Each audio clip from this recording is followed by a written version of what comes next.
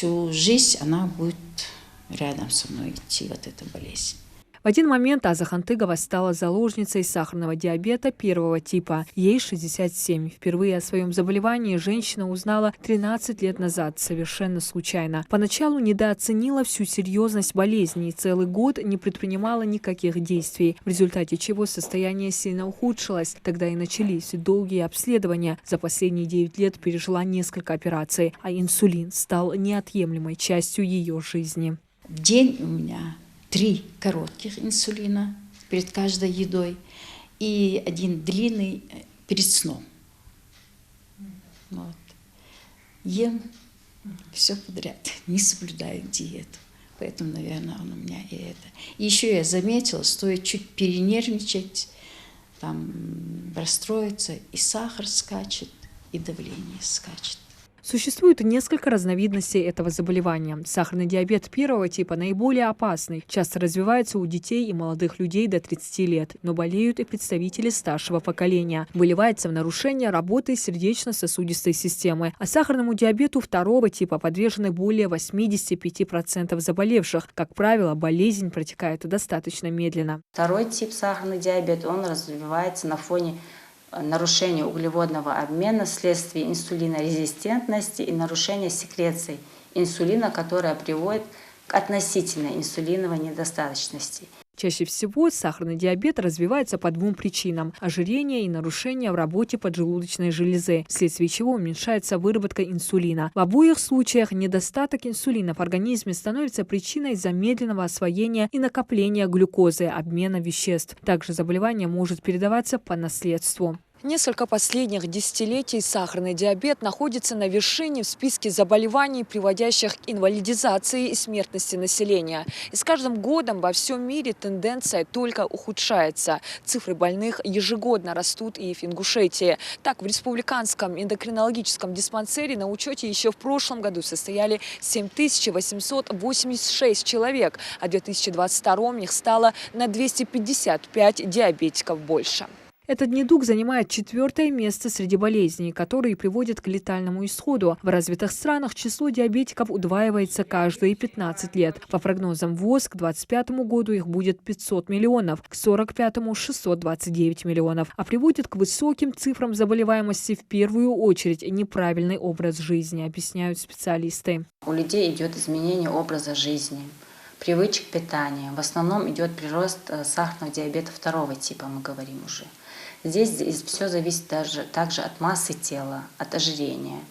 Также у нас наблюдается и ожирение уже в детском возрасте.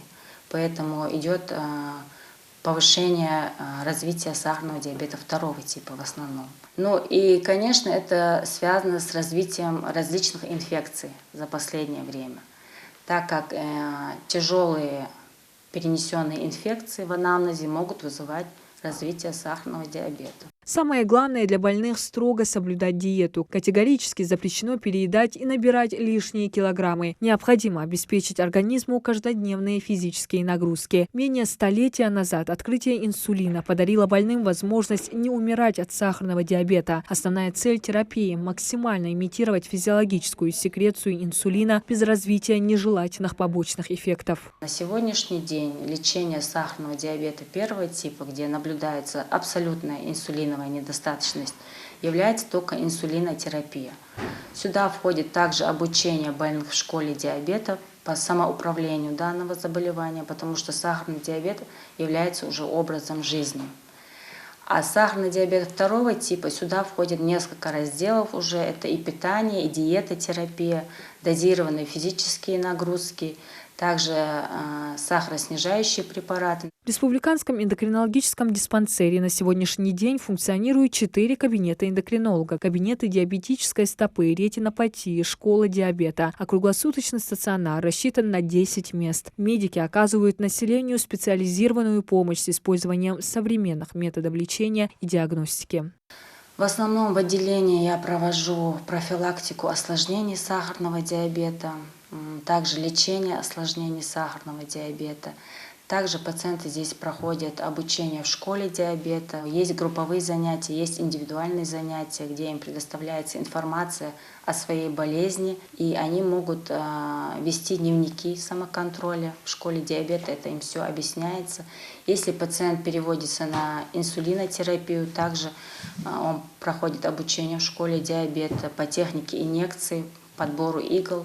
Здесь всегда чисто, уютно и спокойно, рассказывают пациенты. Практически все диабетики, состоящие на учете республиканского диспансера, проходят лечение в стационаре больницы дважды в год. С учета с 2011 года. Hadiyet lurjdik hacını oğuz şozla qozla icay soğç. Getirdik xulsun ayış cadik haç. Şido hamşaşkıdı tahamha, molxi hami tahamha azdı diyejdat. Заведующий вообще диксагёхч Фатима Манкиева. Медсестра, цансага алхамдат. Цени, хози, порядки, дикие. Сахар, диклохлусохч, судахчохч. Сауч какач, айш.